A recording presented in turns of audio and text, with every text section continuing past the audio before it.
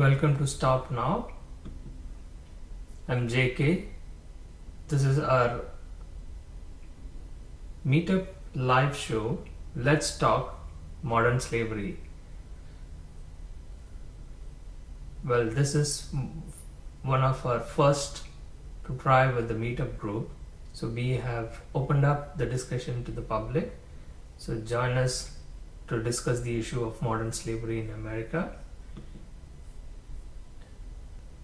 As we all know that Stop Now is a social experiment enterprise, and it's a crowdsourcing platform for individuals and organizations to build a community for voiceless victims. And we have been recognized and registered as a 501c3 non-profit organization to fight for the causes of human trafficking, modern slavery, racism and abuse. I will share some of the website information. Meanwhile, if any of the members join us today in the discussion, we will go from discussing about what it means to be a slave and what is the definition of modern slavery for you, have you experienced, and all those things. Meanwhile, our goal is to provide help to the victims through launching project campaigns and also empowering them. So we aim to transform the social good ecosystem by saving organizations time, money and resources through our network of connections. We also like to partner with organizations who are on the nonprofit domain and who are on the social good sector, who wants to build communities and provide support to the victims.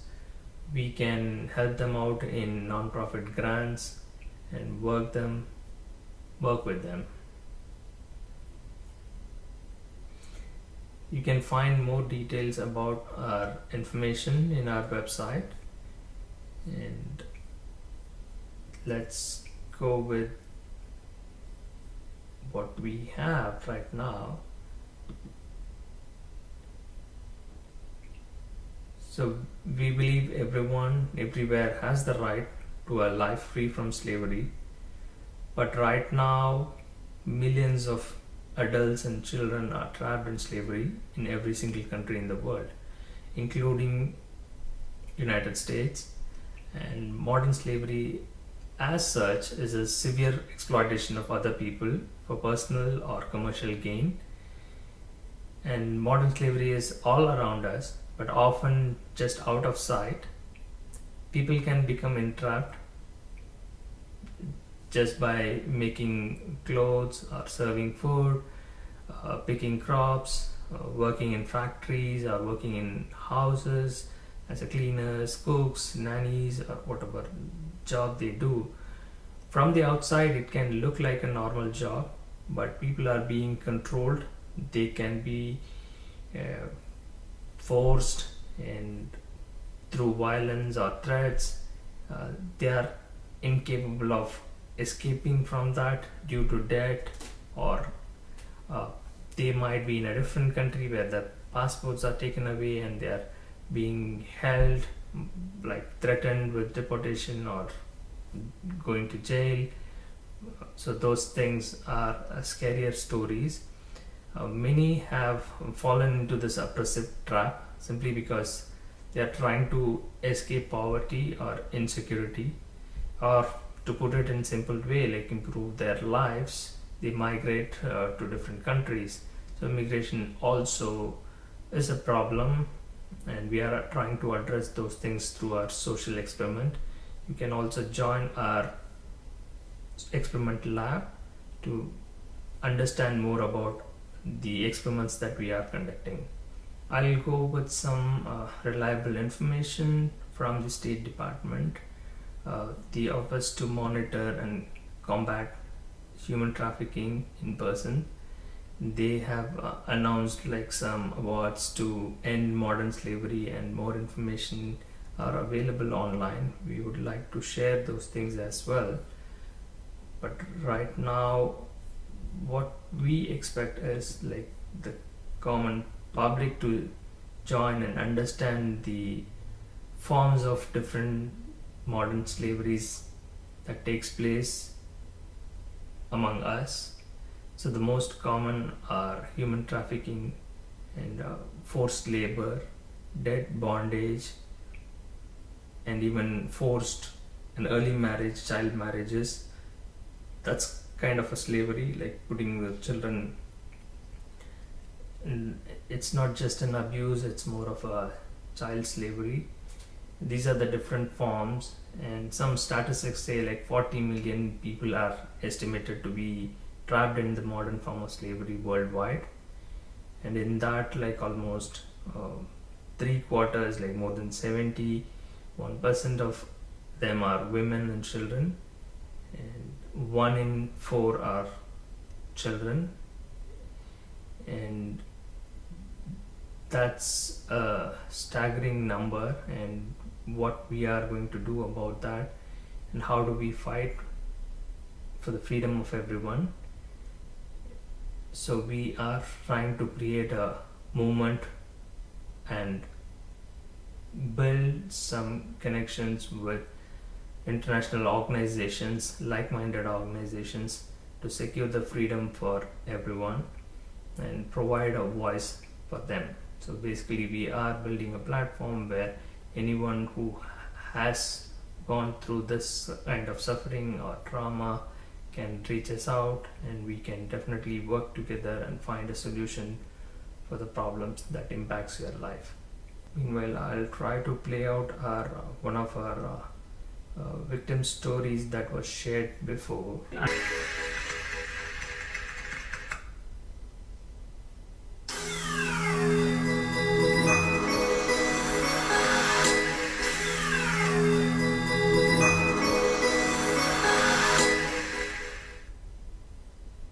Hello everybody, this is Savita and this is Stop Now. Stop, listen and share. We are joined by Mr. Harold D'Souza from Eyes Open International and JK. Thanks for joining, both of you. How are you both doing today? I'm doing fantastic, Savita, and thanks for the warm welcome, and thank you, Stop Now. You're very welcome, Harold. Yes, we have our man, JK. How are you doing today, JK? Savita, I was trying to hide and keep it as a secret. So you just pulled me out from the background. So I'm here to support, and thank you, Harold. Thank you for offering to partner with Stop Now. This is a social experiment enterprise mission to stop human trafficking and labor trafficking, and you have been a wonderful survivor in this game, I would say, and you have been doing a whole lot of big things. You did honored us by being a special guest in a couple of our shows, but partnering with us and doing this Let's Talk, hosted by you as a show going forward on a weekly basis, that's an amazing thing. Like we wholeheartedly thank you so much, and let's begin the conversation. Wonderful. Do you like to just give a short recap of what you actually do, Mr. Harold? Maybe if this is the first time someone is watching our show for the first time, they could just give us a little background of yourself. Yeah, Savita. So I just want to share with my friends who are watching on Stop Now and globally, is that I am a survivor leader and like a preacher right now because I went through the phase of labor trafficking and debt bondage. Today my passion is to be the voice, courage, hope and freedom for all the victims, survivors, vulnerable populations and community members globally. It's a happy moment for me today. Like Eyes Open International is collaborating with Stop Now, JK and you, Savita, in empowering and educating our community members in the United States of America and globally. Because labor trafficking is just the tip of the iceberg. You know, after drugs, the biggest business in the world is labor trafficking. It's a $150 billion industry. So I think these small baby steps will lead us to combat human labor trafficking, debt bondage, sex trafficking, not only in the United States of America, but in all the other countries of the world. So I'm happy to be on this show today. I'm happy to collaborate with Stop Now. Eyes Open International is a non-profit organization. I just want to share something about Eyes Open International. It's a non-profit organization registered under 501c3 in the United States of America. We have branches in India that is under the name of Eyes Open Trust, and we have operations in 6 countries. We are planning to operate in 50 countries. The reason is that, like what JK is doing and what Stop Now is doing, my goal is that to educate the community members globally and to tell them that America is the destination. It's the most powerful country in the world. That is a perception which is true, because people convert $1 into rupees, which is 75 rupees right now. But it's like Guatemala, Mexico, India, Pakistan, Nepal are the source, and there are a lot of transit countries also. But we are trying to educate people at the source and tell them to be very smart and to have the resources with them or on their phone. Like they should note the National Human Trafficking Hotline number. That's 1-888-373-7888. That's wonderful. So you should have a lot of stories and survivor stories. You yourself being a survivor here, I've listened to your stories before, and it's quite very, very inspirational. So what are your latest additions from the time that we spoke last time? I think the latest addition is that we are working with a couple of victims here. In cases of, it's a lady of domestic violence, which happened in New York, and right now she's got a work permit, and we are working on her passport. So we are working with the victims at grassroots level. That's number one. Number two is that Eyes Open International just got nominated or awarded yesterday for the Rashtriya Prerna Award 2021. Wow, and congratulations on that. Yeah, thank you. So Hriday Rawal, my regional director, received it on behalf of Eyes Open International. Mm-hmm. I think those are the proud moments. Like we are trying to collaborate with the Indian government in India to work on operations. Like number one is like to start a national human trafficking hotline number. Right now we have one, but that is of Eyes Open International. And we are here looking out, like in partnering with all the community members in India, like the LGBTQ, the vulnerable population. There are a lot of girls who are on the streets and who have been very potential victims of sexual abuse. So we are already working with a non-profit called Cloudy Nivas in Halol, Gujarat, India, where there are 40 girls from the age group of 6 to 18 years old. So on this show, I want to share with all my audience, even in the US and globally, that how every individual can make a difference to the community, like what JK is doing or what Stop Now is doing. Even if you're a housewife, even if you're sitting in the house, and in case you're a philanthropist or a professional like a doctor, lawyer, you can contribute. It's not always about the money. Even you can share your professional career or your professional talent with us. Like person who's a counselor, they can counsel some victims. So that is what I'm trying to say. So these girls, the cost of one girl is 15,000 rupees, 15,000 per year for lodging, boarding, medical, everything. And if you convert that into dollars, it is just $200 for 1 year. But for individuals like you and me to save $200, and donate is I would say pretty easy. Like if I don't go to some couple of restaurants in a month, I can save that money and donate that. And we have sponsored a couple of girls there, and a lot of companies in India like Deepak Acharya, he is the CEO of Ionex in India, right? So they have constructed and built restrooms, Savita and JK, for the girls, but there was no proper hygienic restroom. There were restrooms, but they were not to the mark. So he constructed brand new and made all the drainage systems and wash basins and everything. And so this small thing matters a lot. And I have told the girls, because whenever I go to India, I go to meet the girls. Last Diwali, I was with the girls at Halol on the Diwali day. And I'm inspiring those girls that, you all study well, you got a passion, you got a dream. Eyes Open International will sponsor these girls to the United States of America for higher education. So again, coming down to JK's point of H1B visa, but I always encourage people, like if you're talented, you have a passion, come in, like America is a good country, go to Australia, go to London, go to Canada. So that is my passion, Savita. A quick note on that, Harold. I'm trying to not to question you on your show, right? And making it as more of a conversation and interaction. So we had this discussion on H1B, right? How Right. are we going to fix the system here? Again, the problem, as you mentioned, right? The target countries, like I don't want to call it as a third world countries, whatever the problem that they are going through, like the poverty and other social issues and stigmas in every countries has its own problem. So that is one reason, like people wanted to immigrate to a different country for a better life, right? Or better opportunities, uh, or lifestyle, all those things. As an American right now, you know the complexities and the problems exist in this country, and you being a victim and a survivor, what are we going to talk about here, right? How do we fix? Like, Savita, help me out. Like, we have not so many, but handful of stories coming in from H1B visa holders still to date that they are being abused and they are being exploited and they are traumatized.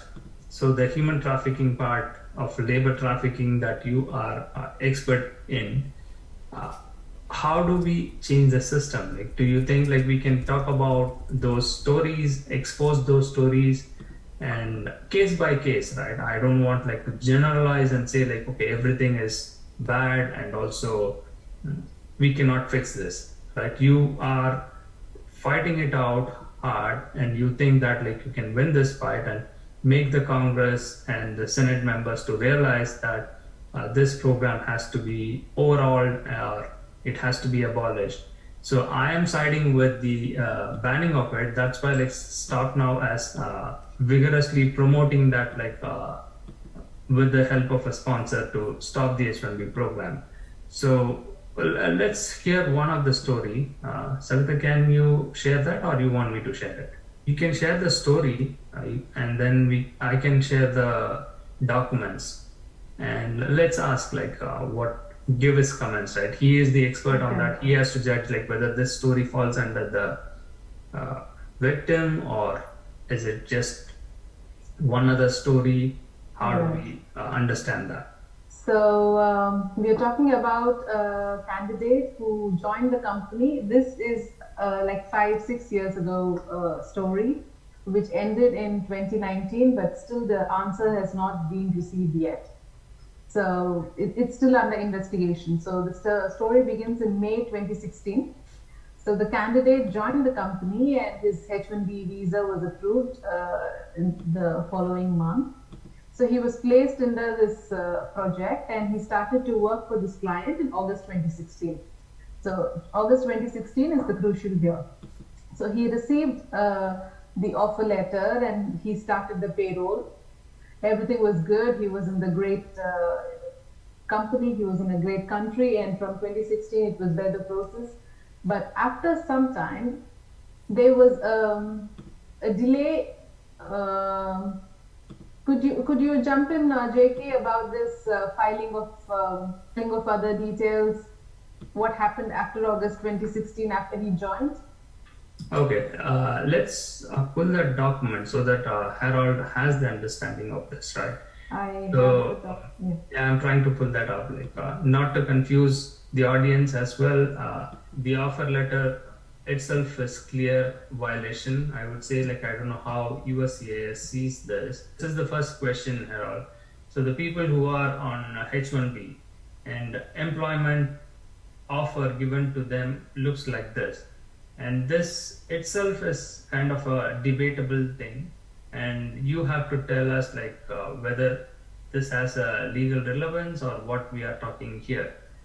But as per the story, the person was offered employment, right, in May 2016, and it says like effective date upon USCIS receipt, and he is offered a salary of $60,000, and the employment period, that is a talking point I want you to answer.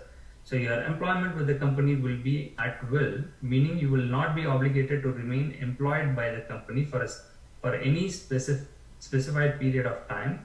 Likewise, the company will not be obligated to continue your employment for any specific period and may terminate your employment at any time with or without cause. So at will employment is kind of a risky thing, right? How do you apply that to USCIS, right? With the H-1B visa, because H-1B visa, my understanding is it has been given for a particular period. The company gives it on oath to the government, saying that like they will employ him for 1 year or a 3-year period, whatever that is, right? It's a non-immigrant, and they are trying to bring in from outside the country. And how can they provide an employment offer like this? That's the first question. Yeah, JK, like what you pinpointed is that as per the USCIS or the immigration policies, usually when a company or employer employs employee from any country, it is usually for 3 years. The H-1B visa is valid for 3 years and again renewed for 3 years. And then following that, they can apply for permanent residency card. But in this particular case, I don't know, like this is a US based company or it is a consultant in India and they've got operations office in the US. Usually they never, because yeah, I had an appointment letter when I came, but it never had that clause like it is mentioned that we can terminate your service anytime. And you know the laws here, like if you're an American citizen, your jobs can be terminated. But in the case of immigration, they have to take the responsibility to ensure that that they are absorbed in the company for minimum 3 years. But in case if they do not perform, they might give them some time, like I don't know, a couple of months if they want to look out for another job or they have to decide whether they want to go back. So I don't know about what happened or transpired in this particular case after that when he landed back in the US. So to give you an update on that, right, the story runs like this, right? So we are breaking that down and trying to understand that. As Savita was mentioning before, right, he was offered an employment offer in May 2016, but they said like it is effective upon USCIS receipt notice, right? So he got his H-1B on approved H-1B on June 2016. So his H-1B copy as well, I'll pull it up in a short while. And they didn't pay him, right? Which means my understanding is like it is an H-1B transfer from one employer to another, and he was in US already. So he did not get paid till he got a job in August. So you can clearly see that like on May 2016 they have given an offer letter. On August 2016 they are giving him another offer letter, and it says like the salary has been increased from 60,000 to 64,500.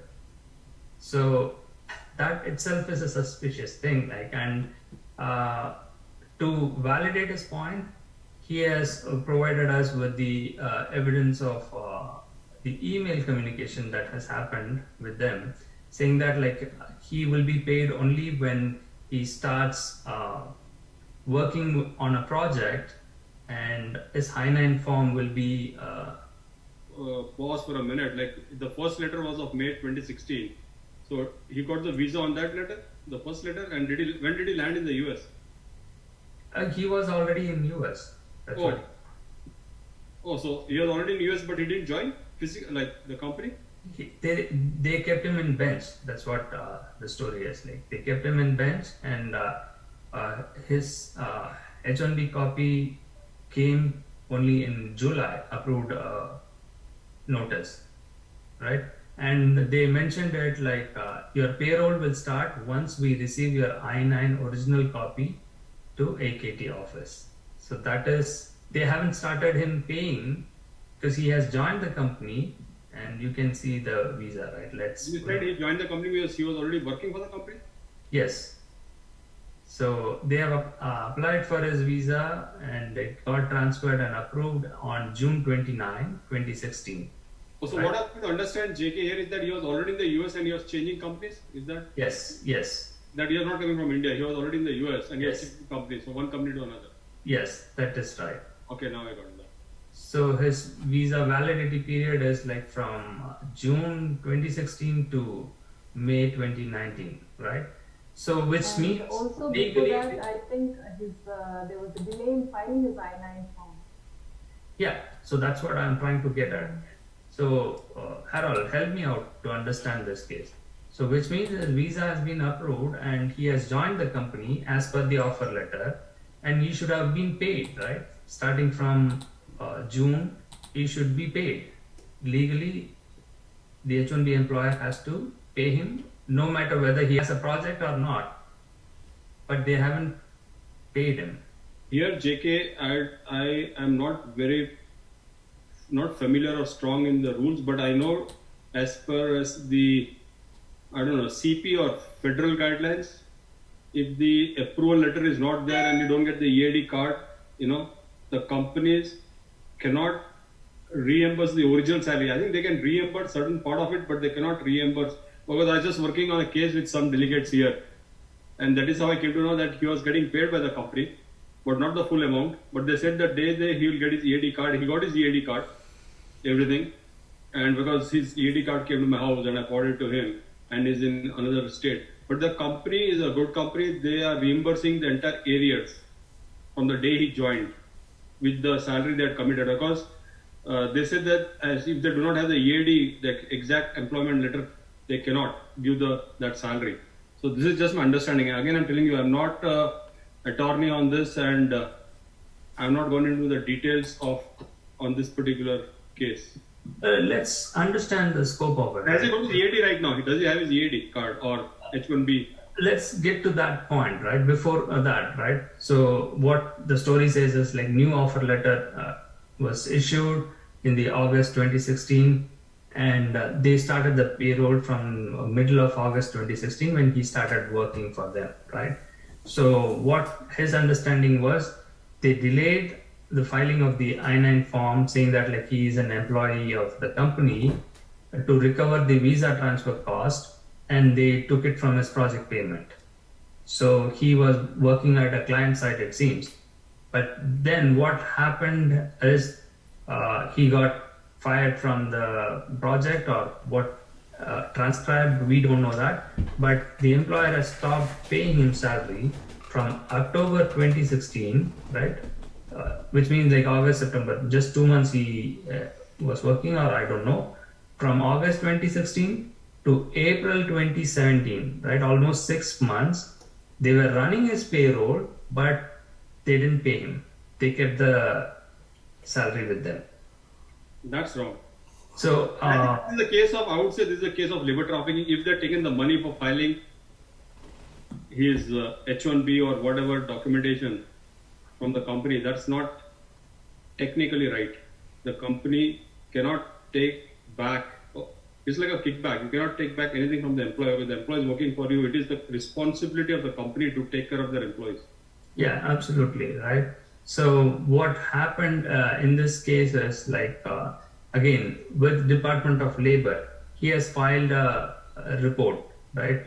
That H1B is being abused, and he has shared that copy as well, right? He has reported the abuse and violation with Department of Labor as well as USCIS. But within this time frame, right, he was offered a offer letter again for the third time in January 2017, right? When they were running his payroll and keeping him in status and not paying him, they were giving a new offer letter for a different project location. And it's like he has been asked to go to different location without being paid. I don't know how he survived for 6 months even without getting paid. That's a big question. And in fact, it was told that he paid every month to run his payroll to keep the H1B visa status. So he again, because the third offer letter we are speaking about, when we started in May 2017, so Jan 2016. So in Jan 2017, he got his third offer letter for a different project in a different location, but they were informed that the project was terminated by the other side, so by the client, so without any reason. So again, he was without a job, because it was said the client has withdrawn the project. So again, he has been given an offer, but it was told the mistake is from the other end. So again, there's no job. So this is the surprise part in the third offer letter, right? So it says like his salary has gone down again back to 60,000. First it was 60,000 and then it was 64,500 per annum. And then the third one, it has come down to 60,000. And the interesting thing I noted is like the first two had him as a QA analyst. And the third one, he has become a technical project manager.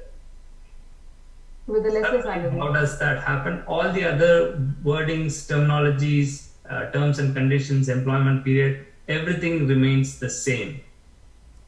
So I really don't know what to say. It's a clear-cut proof that it's a fraudulent company and they are engaged in some malpractice.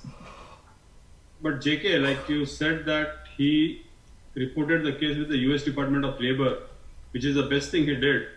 And usually they do a very good job. So what was the outcome with the US Department of Labor?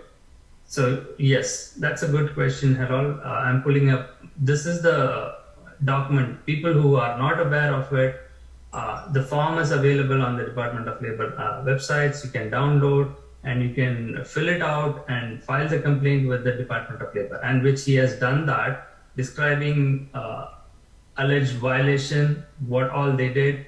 They provided false, incorrect information even in the LCA, and also all those things, right? He has listed it as a violation. And also the letter to USCIS saying that like they are, and this is the beauty of it, like USCIS investigation has been going on this company, and it states that like someone, immigration officer, has reached out to him saying that they are investigating the visa fraud and violation in 2018, right? He reported in 2017, that's what his story says, but only in 2018, for almost more than 18 months or a year, let's keep it like more than a year, they took it like to reply to him saying that like it's being investigated. So that is one thing. And let's see what happened, Savita, on the next one. When he complained, I guess he was given some hope, and the back wage was, I think the settlement was done when the back wages were withheld for 6 months. They say it were paid to TWC as a settlement. Yeah. The So 6 because months of pay that was withheld by the company, I think it was after this process. Did he receive the money? Did he get the money? The employer had agreed to pay back the money, the wages, if the complaint is being withdrawn from the Department of Labor. Okay. Yes. But did he get the money? Because that's what they do. Because in my case, it was the same story. But did I get paid? No, I didn't get a penny. These people are very smart, and that's what I came to know from the immigration department, JK and Savita, that there are so many, I don't know to name it, and they give me examples, and I've seen that. Then they file for bankruptcy for the company. So they personally are multi-millionaires. The traffickers are perpetrators or the employers. It's not that they do not have the money, they have the money, but they know all the loopholes, all the laws. So I wanted to understand here, did he get the money? But that is again very important. But again, it's for one employer. They're not going to file bankruptcy on this. But do we have any information about when did he receive the money? Point here, right, Harold? Again, the question is not about money, right? If it is about just money, you are saying that like it can be justified and the fraud and illegal things can continue. The question here is like, do they get prosecuted? And also what the Department of Labor is doing, that is the heartbreaking thing in the story, because they have sent a letter, and he mentioned that like they have sent it like every month for almost a year from 2019 to 2020, saying that an investigation is currently in progress at the conclusion of the investigation, you will be notified. So I want to understand that piece. And still date, like even it's been more than 2 years that Department of Labor has been investigating it, and they did mention that since he was paid, right? I think this company is based in Texas, so he has filed a complaint with Texas Workforce Commission, to whom the employer has agreed to settle the amount they were withholding, right? Running the payroll and not giving to the employee is a serious crime. So that is where like they have agreed to pay him the money that they have run as a payroll. So that is where the settlement has happened, and they agreed to continue his employment, and he was on another project, and appointment letter 4 was given in May 2017, and he started working. And what he was saying is like he was again harassed by them. After 6 months, they stopped his payroll. Not just stopped his payroll, they asked him to give a leave letter saying that like he is going to India for 2 months and he will not be paid, so that he can stay back here and find a project. And meanwhile, he was working in a different state. A lot of violations and criminal activity has happened, but nothing they have taken into account, and they just continued like to say that like because he has complained it to DOL and Department of Justice.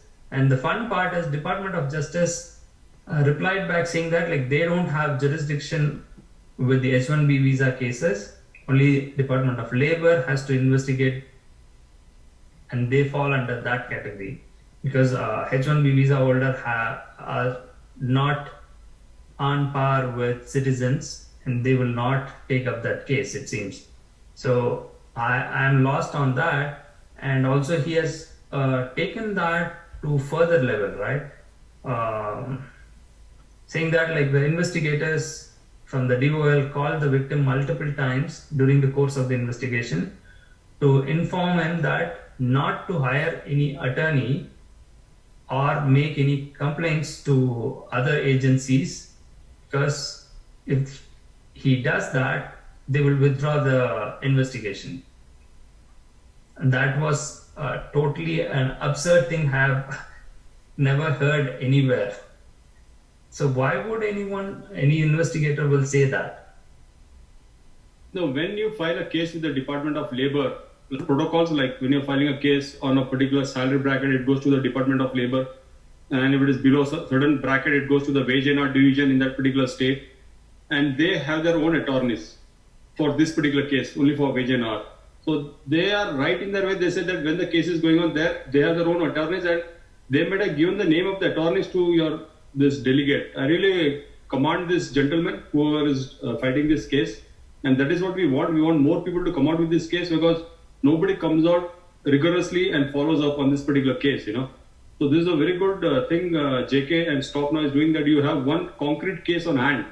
So there are, I think, like hundreds of such cases, but people are not coming out and sharing for loss of time or money, and maybe like they have faced challenges of getting deported. I don't know what the challenges are, but this is a very classic example of this case. And like you said, they have their own attorneys, because when my case was there, I knew the attorney very well. I don't know if this gentleman has met these delegates, whether the Department of Labor, I saw the name down, and even from wherever the letters came, because I always believe that you got to fight your battle, because with emails and all, that's fine, but having a personal meeting with them, going to their office, talking to them, makes a huge difference. And he might have done it. I'm not saying that he might have not done it.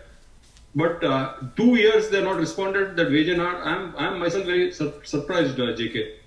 But it's, and still there's no update till today? Yeah, so the last year update, the continuation of the story says like he got a letter from DOL saying that like his H1B, there is no violation from his employer, and they asked him to appeal to OALJ, Office of Administrative Law Judge, I believe, and in September 2020. Meanwhile, the company has moved their headquarters from Texas to Oklahoma, and he says that like they have he has the company list of employees and all those documents because they gave a letter to him saying that like you're going to India to the consulate to get it stamped and take a leave. In that period, he got documents from his employer saying that the company was originally registered in Connecticut, I believe, or New Jersey. They kept moving like this, so which means they have been doing this for a long period, more than 10 years. So, and in appealing to the OALJ, the Department of Labor is also involved, right? So they came to the case hearing and they resubmitted a request to withdraw the determination letter during the appeal process to the judge and saying that like we will reinvestigate this, there has been a mistake. And that is how like it is still going on. So they are saying that they are still continuing to investigate the case from November 2020 and till date like it's almost a year, right? So no update on that. So that's a funny part, right? How long can a person go through this trauma, and how what it's a simple open and shut case where the Department of Labor is not able to find the violation, and they are saying that like, oh, you have been paid, right? Whatever work you did for they were withholding your salary and they have given it to Texas Workforce Commission and you have received that payment has been done. So what more do you want? The question is not about payment. He is saying like, I don't care about money because I was giving them the money to run my payroll. Wow. So, no, okay, just hold back. So, I don't know, Savita also, like he used to pay money to the company to maintain his status and they used to pay him back as salary? Yes. And does he have a record? Like, can he prove that? Like, because this is something, this is something wrong and this is what they do and this is something very huge. That's totally wrong. And that is like, you're compelling, it's like force, fraud and coercion with the victim. Like in this case, this guy. So this has been the story, and that's one of the main reason like why we are running this project and the campaign to stop the H-1B visa program and our fight against H-1B abusers, which has been called as a modern slavery by many people. And at Stop Now, we dedicate ourselves to fighting against these human injustices, and we try to foster a better world for all. So join our mission. We welcome everyone to join our mission to build and uphold some connections that will enlighten all of us. By sharing your stories and by helping people to build a compassionate world. And this is one of the main reasons like why we do provide this platform to run different projects, and one of the mission is to abolish and request the US government to halt the H-1B visa program stands above the rest, because millions have been impacted on this and they have been a silent victim, and even the victims themselves like don't know whether they are a victim, and they continue to support this program. So we are aiming, and our main goal is to seek to end this system of cruelty and labor trafficking, and that has been ongoing for more than 20-30 years by large and small corporations in America. So we have explained a lot in our website as well. You can visit our website, read our blogs, and also the campaign site stoph1b.org, and you can learn about like what is this H-1B visa program and why should we stop it, and what is the alternative, what do we imagine from this, like by putting an end to this form of modern slavery. more importantly, how you all can help. So, what you can do as a member by joining our community, you can volunteer, you can fundraise, or you can donate and sponsor one of the victims. So, we need all the support we can get to fight for this liberation.